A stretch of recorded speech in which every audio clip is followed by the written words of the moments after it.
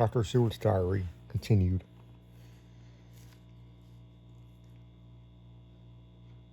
When we arrived at the Berkeley Hotel, Van Helsing found a telegram waiting for him. Quote, am coming by train. Jonathan at Whitby. Important news. Mina Harker. The professor was delighted. That wonderful Madam Mina, he said.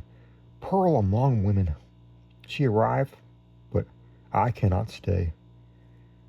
She must go to your house, friend John. You must meet her at the station. Telegraph her en route so that she may be prepared. When the wire was dispatched, he had a cup of tea. Over it, he told me of a diary kept by Jonathan Harker when abroad. It gave me a typewritten copy of it, as also of Mrs. Harker's diary at Whitby. Take these, he said, and study them well. When I have returned, you will be masters of all the facts, and we can then better enter on our inquisition. Keep them safe, for there is in them much of treasure. You will need all your faith, even you who have had such an experience as that of today. What is here told, he laid his hand heavily and gravely on the packet of papers as he spoke, may be the beginning of the end to you and me and many another, or it may sound the knell of the undead who walk the earth. Read all, I pray you, with an open mind. And if you can add in any way to the story here told, do so, for it is all important. You have kept a diary of all these so strange things, is it not so? Yes. Then we shall go through all these together when we meet. He then made ready for his departure and shortly drove off to Liverpool Street. I took my way to Paddington, where I arrived about 15 minutes before the train came in. The crowd melted away after the bustling fashion common to arrival platforms, and I was beginning to feel uneasy lest I might miss my guess, when a sweet-faced, dainty-looking girl stepped up to me and, after a quick glance, said, Dr. Seward, is it not? And you are Mrs. Harker. I answered at once, whereupon she held out her hand. I knew you from your description of poor dear Lucy, but... She stopped suddenly, and a quick blush overspread her face. The blush that rose to my own cheek somehow set us both at ease, for it was a tacit answer to our own. I got her luggage, which included a typewriter, and we took the underground to Fenchurch Street. After I had sent a wire to my housekeeper to have a sitting room and a bedroom prepared at once for Mrs. Harker, in due time we arrived. She knew, of course, that the place was a lunatic asylum, but I could see that she was unable to repress a shudder when we entered. She told me that if she might, she would come presently to my study, and as she had much to say. And as I've not had the chance of looking at the papers which Van Helsing had left me, though they lie before me. I must get her interested in something so that I may have an opportunity of reading them. She does not know how precious time is, or what a task we have in hand. I must be careful not to frighten her. Here she is.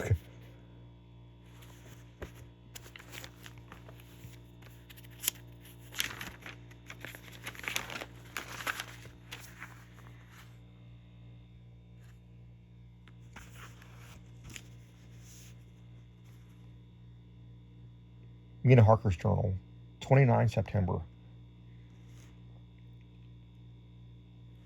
After I tidied myself, I went down to Dr. Seward's study.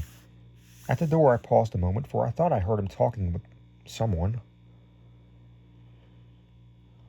As, however, he pressed me to be quick, I knocked at the door, and on his calling out, "Come in," I answered. To my intense surprise, there was no one with him. He was quite alone, and on the table opposite him was what I knew at once to be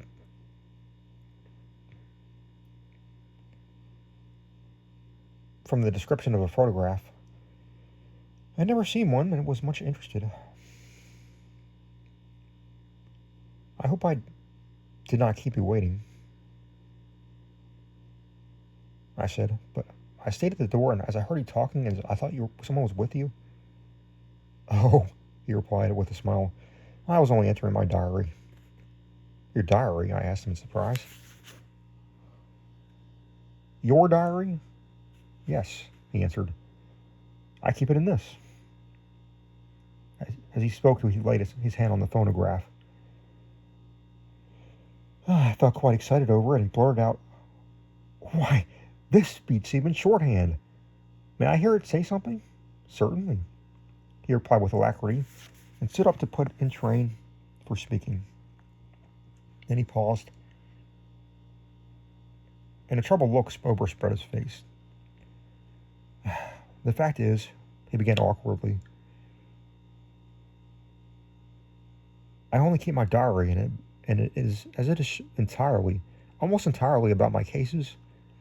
It may be awkward, but that is, he stopped, and I tried to help him out with his embarrassment. You helped to attend dear Lucy at the end. Let me hear how she died. For all that I know of her, I shall be very grateful. She was very, very dear to me. To my surprise, he answered with a horror-struck look in his face. Tell you of her death? Not for the wide world. Why not? I asked, for some grave, terrible feeling was coming over me. Again he paused, and I could see that he was trying to invent an excuse. At length he stammered out, You see, I do not know how to pick out any particular part of the diary. Even while he was speaking, an idea dawned upon him, and as he said with unconscious simplicity, in a different voice and with the naivete of a child, That's quite true, upon my honor, honest Indian. I could not but smile at which he grimaced. I gave myself away that time, he said. But do you know that although I have kept the diary for months past, it never once struck me how I was going to find any particular part of it in case I wanted to look it up? By this time, my mind was made up. The diary of a doctor who attended Lucy might have something to add to some of our knowledge of that terrible being. And I said boldly, Then, Dr. Seward, you had better let me copy it out for you on my typewriter.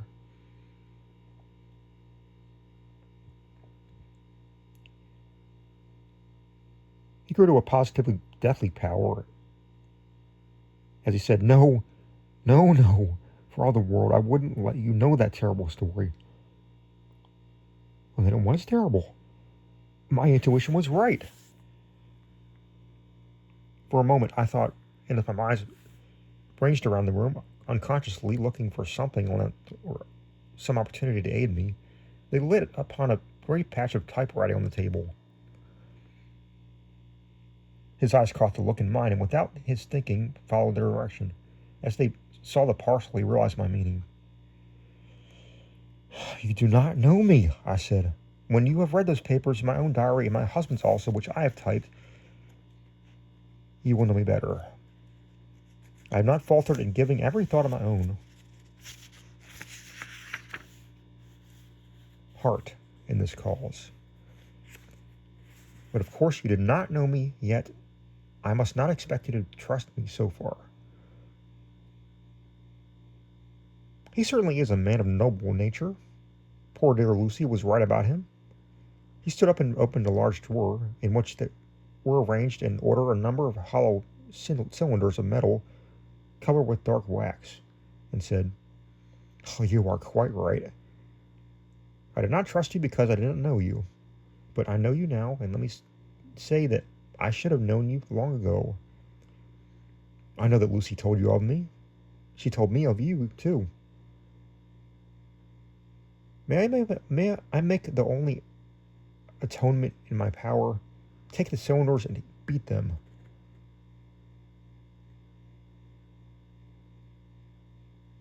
Hear them.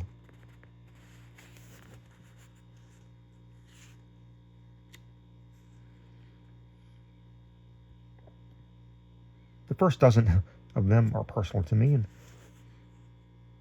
They will not horrify you.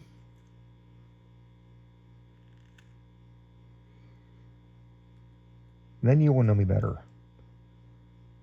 Dinner will then be ready. In the meantime, I shall read over some of these documents and shall be better able to understand certain things. He carried the phonograph himself up to my sitting room and adjusted it for me. Now I shall learn something pleasant, I am sure, for it will tell me the other side of a true love episode of which I know one side already.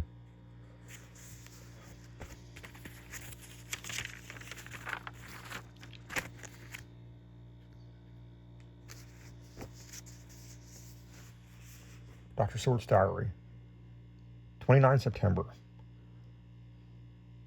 I was so absorbed in that wonderful diary of Jonathan Harker and that undersight of his wife that I let the time run on without thinking.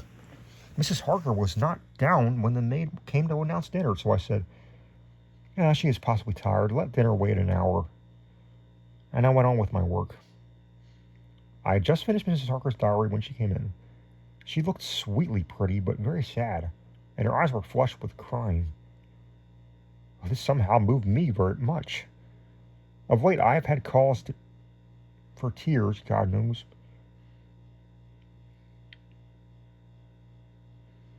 But the relief of them was denied me, and now the sight of those sweet eyes brightened my recent tears, went straight to my heart, and so I said as gently as I could, "I greatly fear I have distressed you." "Oh, no, not distressed me," she replied, "but I have been more touched than I can say by your grief.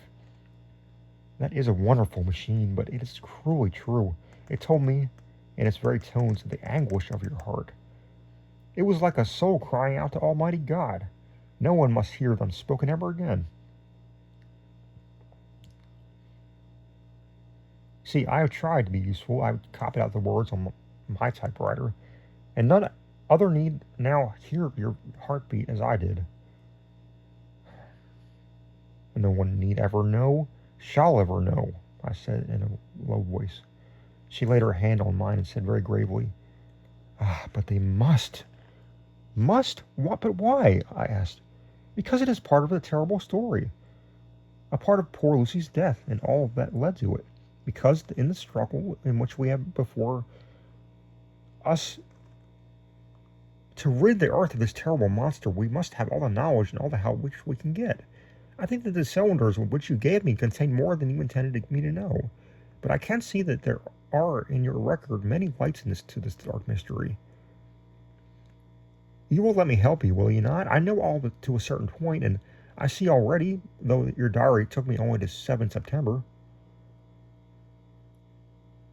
how poor Lucy was beset, and how terrible her doom was being wrought out. Jonathan and I have been working day and night since Professor Van Helsing saw us. He has gone to Whitby to get more information, and he will be here tomorrow to help us. We need have no secrets among us. Working together with absolute trust, we can surely be stronger than if some of us were in the dark." She looked at me so appealingly that at the same time manifested such courage and resolution in her bearing that I gave in at once to her wishes. "You shall," I said. "Do as you like in the matter. God forgive me if I do wrong. These are terrible things you know yet to learn of.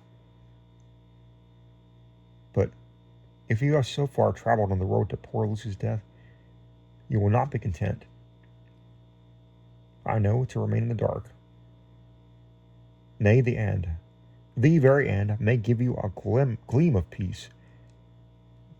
Come, there is dinner. We must keep one another strong for what is before us. We have a cruel and dreadful task. When you have eaten, you shall learn the rest, and I shall answer any questions you ask. If there be anything which you do not understand, though it was apparent to us who were present."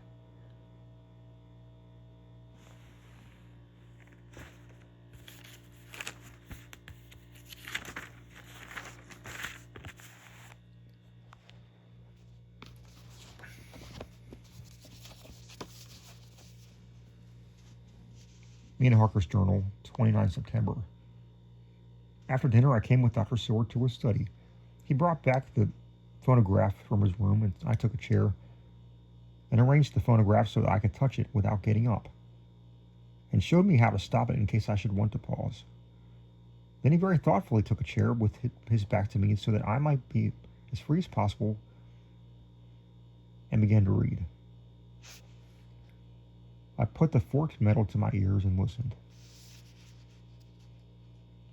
When the terrible story of Lucy's death and all that followed was done, I lay back in my chair, powerless. Fortunately, I am not of a fainting disposition. And when Dr. Seward saw me, he jumped up with a horrified exclamation and hurriedly, taking a case bottle from a cupboard, gave me some brandy, which in a few minutes somewhat restored me. My brain was all in a whirl, and only that there came through all the multitudes of horror the holy ray of light that my dear Lucy was at last at peace. I do not think I could have borne it without making it seem. It is also wild and mysterious and strange that if I had not known Jonathan's experience in Pennsylvania, I could not have believed. As it was, I didn't know what to believe, so got out of my difficulty by attending to something else.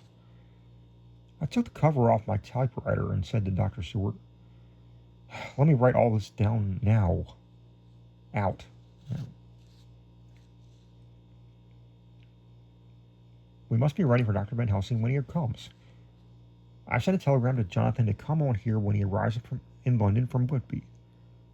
In this matter, dates are everything, and I think if we get all of our material ready, and if every item put in chronological order, we shall have done much. You tell me that Lord Godalming and Mr. Morris are coming too? Let us be able to tell them when they come." He accordingly set the phonograph at a slow pace, and I began to typewrite from the beginning of the 17th cylinder. I used manifold, so it took 3 copies for the diary, and just as I'd done with the rest. It was late when I got through, but Dr. Seward went about his work, going his round of his patients.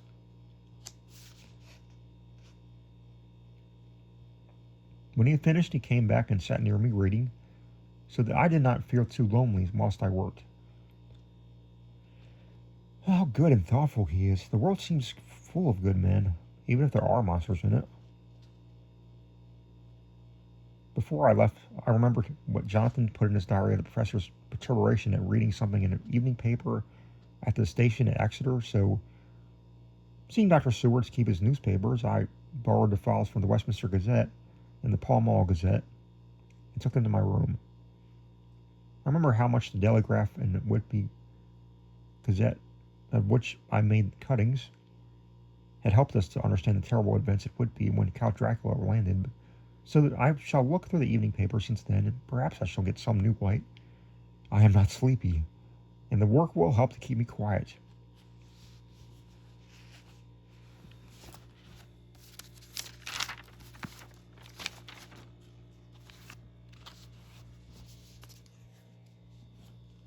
Dr. Seward's diary, 30 September. Mr. Harker arrived at 9 o'clock. He got his wife's wire just before starting. He is uncommonly clever, if one can judge from his face, and full of energy, if this journal be true, and judging by one's own wonderful experiences, it must be. He is also a man of great nerve, and that going down to the vault a second time was the remarkable piece of daring. After reading his account of it, I was quite prepared to meet a good specimen of manhood, but hardly the quiet, businesslike gentleman who came by here today. Later, after lunch, Harker and his wife went back to their own room, and as I passed a while ago, I heard the click of the typewriter. They are hard at it. Mrs. Harker says that they are knitting together in chronological order every scrap of evidence they have. Harker has got the letters between the consignee of the boxes at Whitby and the carriers in London who took charge of them. He is now reading his wife's transcript of my diary. I wonder what they make of it. Here it is.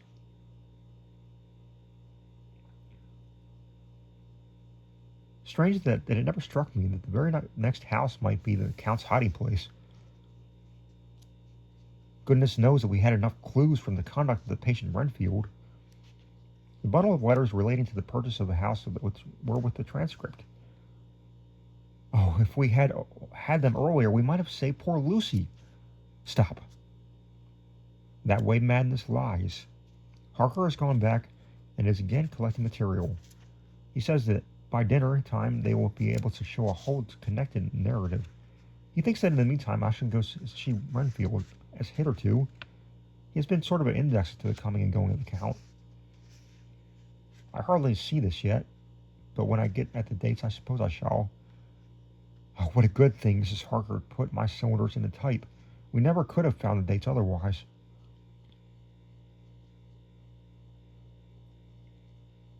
I found Renfield sitting placidly in his room with his hands folded, smiling benignly.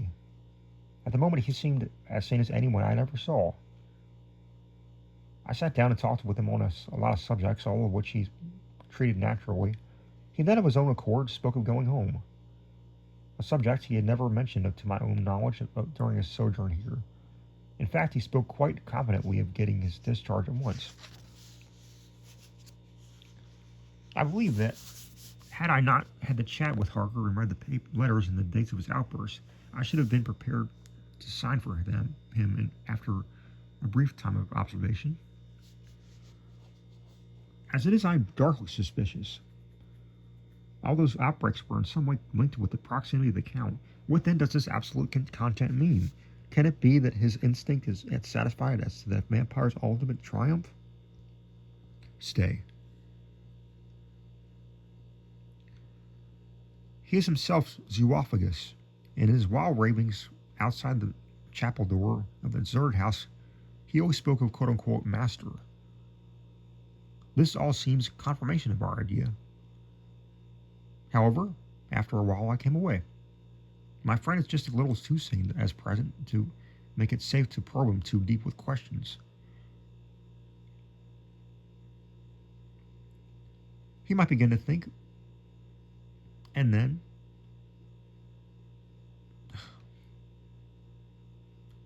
so I came away.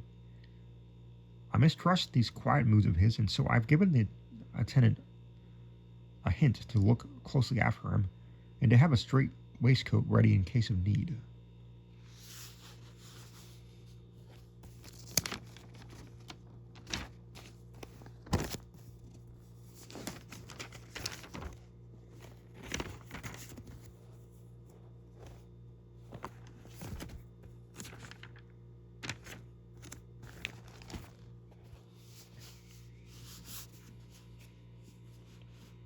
Jonathan Harker's journal, 29 September, in train to London. When I received Mr. Billington's courteous message that he would go give me any information in his power, I should thought it best to go down to Whitby and make, on the spot, such inquiries as I wanted. It was now my object to trace that hard cargo of the Count's to his place in London. Later, we may be able to deal with it. Billington Jr., a nice lad, met me at the station and brought me to his father's house, where they had decided that I must spend the night. They are hospitable with true Yorkshire hospitality. Give a guest everything and leave him to do as he likes. They all knew I was busy and that my stay was short. Mr. Billington had ready in his office all the papers concerning the consignment of boxes. It gave me almost a turn to see one of the letters which I had seen on the Count's table before I knew it was diabolical plans. Everything had been carefully thought out and done systematically with precision. He seemed to have been prepared for every obstacle which might be placed by accident in the way of his chances.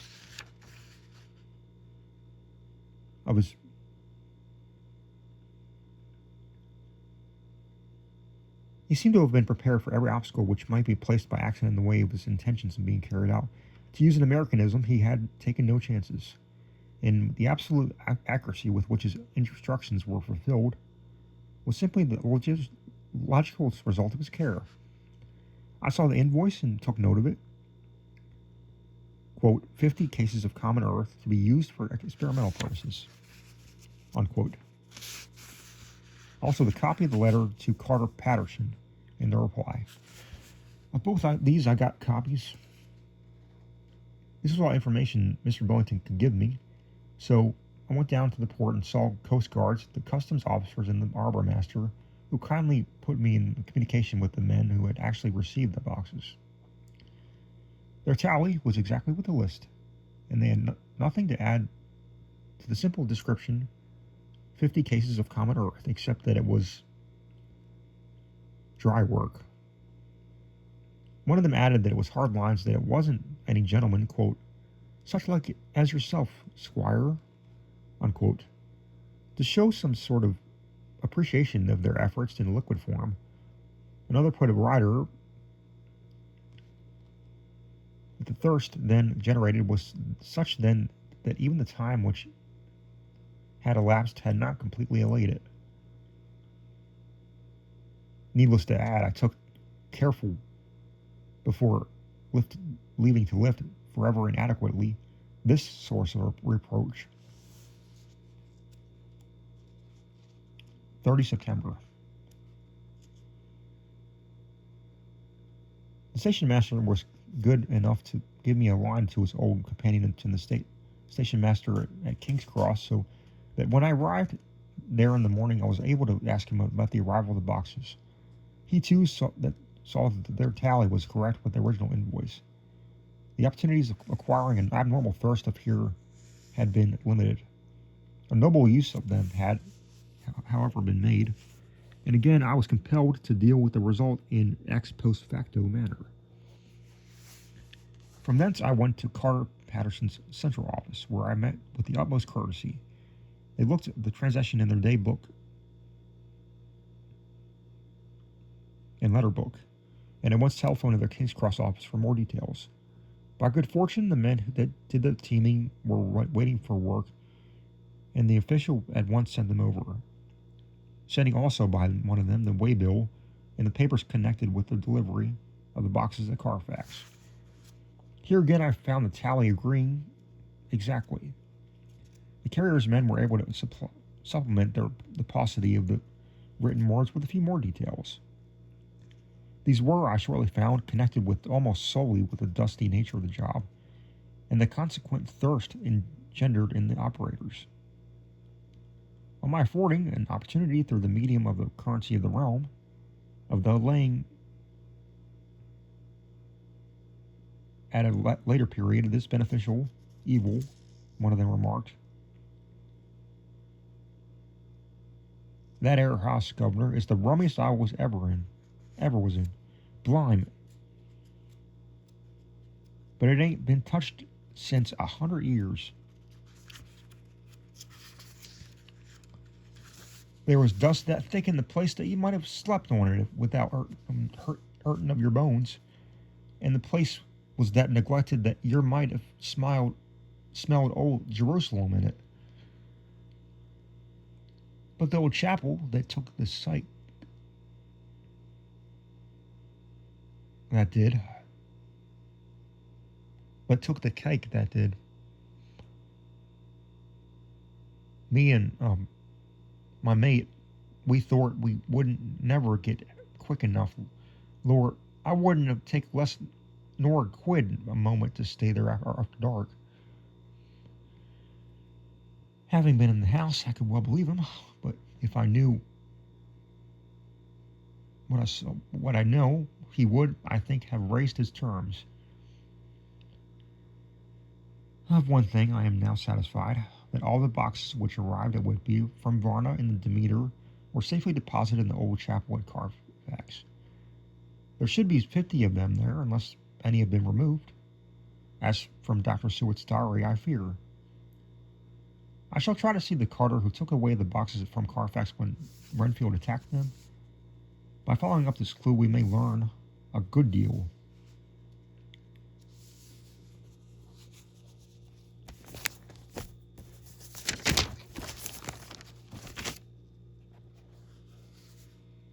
Later. Mina and I have worked all day, and we have put all the papers into order.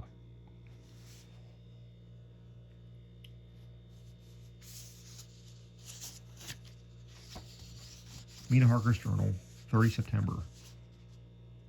I am so glad that I hardly know how to contain myself. It is, I suppose, that reaction of the haunting fear which I had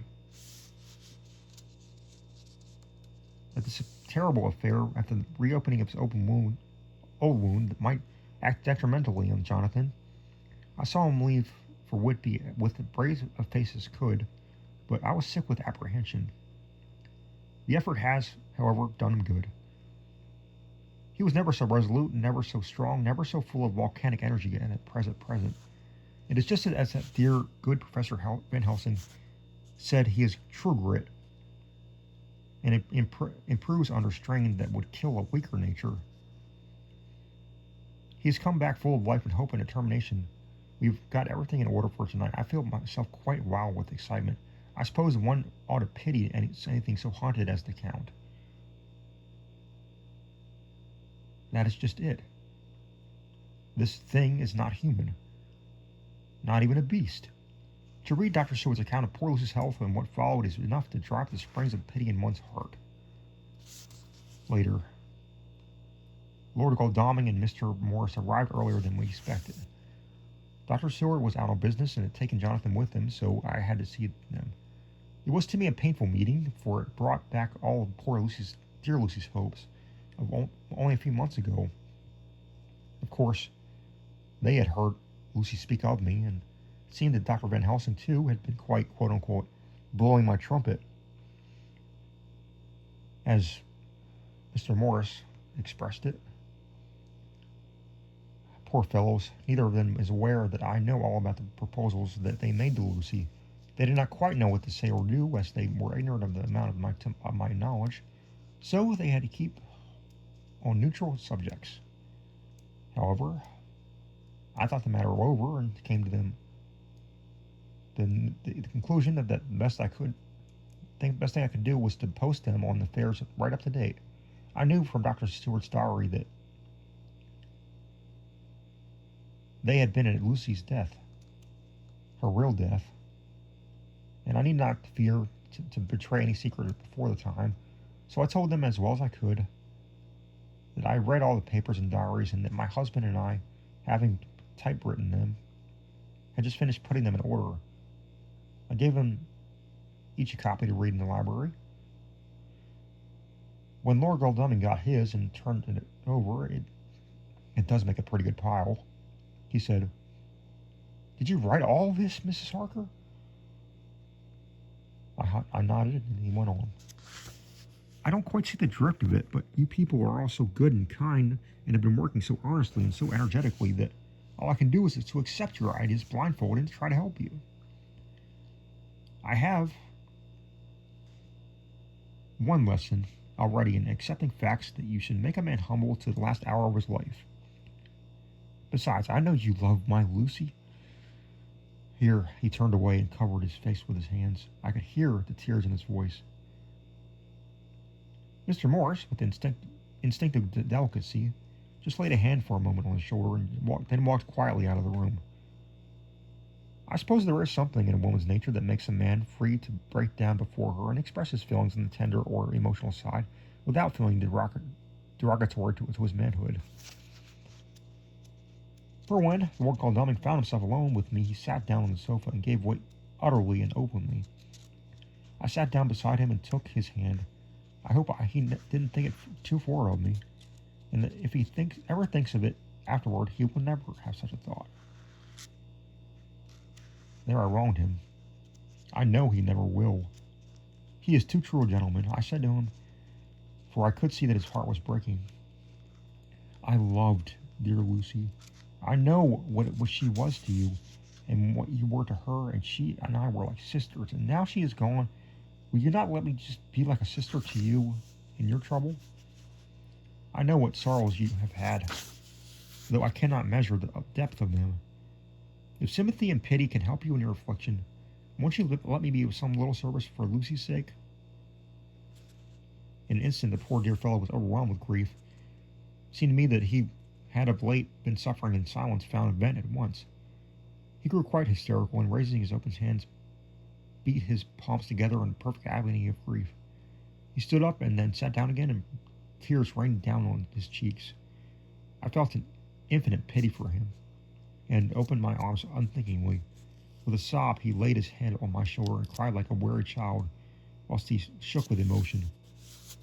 We women have something of the mother in us that makes us rise above smaller matters when the mother spirit is invoked. I felt this big, sorrowing man's head resting on me, as though it were that of a baby that some day may lie on my bosom, and I stroked his hair as though he were my own child. I never thought at the same time how strange it all was. After a little bit, his sobs ceased, and I raised his head himself with an apology, and though he made no disguise of his emotion. He told me that for days and nights past, weary days and sleepless nights, he had been unable to speak to anyone, as a man might speak to in his time of sorrow. There was no woman whose sympathy he could be given to him, or with whom, owing to the terrible circumstance with which his sorrow was surrounded, he could speak freely. I know now how I suffered, he said as he dried his eyes, but I do not know even yet, and none other than can ever know, how much your sweet sympathy has been to me today. I shall know better in time, and believe me that, though I am not ungrateful now, my gratitude will grow with my understanding. You will be like a brother, then, will you not, for all our lives, for dear Lucy's sake? For dear Lucy's sake, I said, as we clasped hands. Aye, and for your own sake. He added, and for, if a man's esteem and gratitude are ever worth or winning, you have won mine today. If ever the future shall bring to a time when you need a man's help, believe me, you will not call in vain. God grant that no such time may ever be to you to break the sunshine of your life.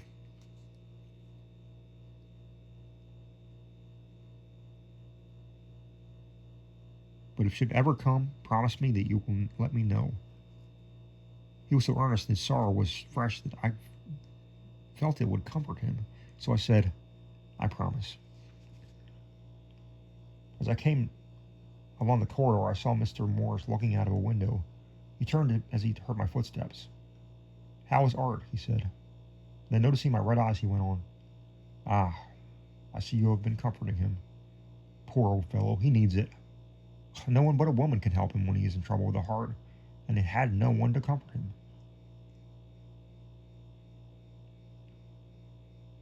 He bore his own trouble so bravely that my heart bled for him. I saw the manuscript in his hand. I knew that he read it. He would realize how much I knew. So I said to him, I wish I could comfort all who suffer from the heart. Will you let me be your friend, and will you come to me for the comfort if you need it? You will know later why I speak. He saw that in earnest. Stooping, took my hand and, raising it to his lips, kissed it. It seemed to him but poor comfort to so brave and unselfish a soul, and impulsively I bent over and kissed him. The tears rose in his eyes, and there was a momentary choking in his throat. He said quite calmly, Little girl, you will never forget that true-hearted kindness, so long as ever you live. Then he went into the study to his friend. Little girl. The very words he had used to Lucy, and oh, but he proved himself a friend.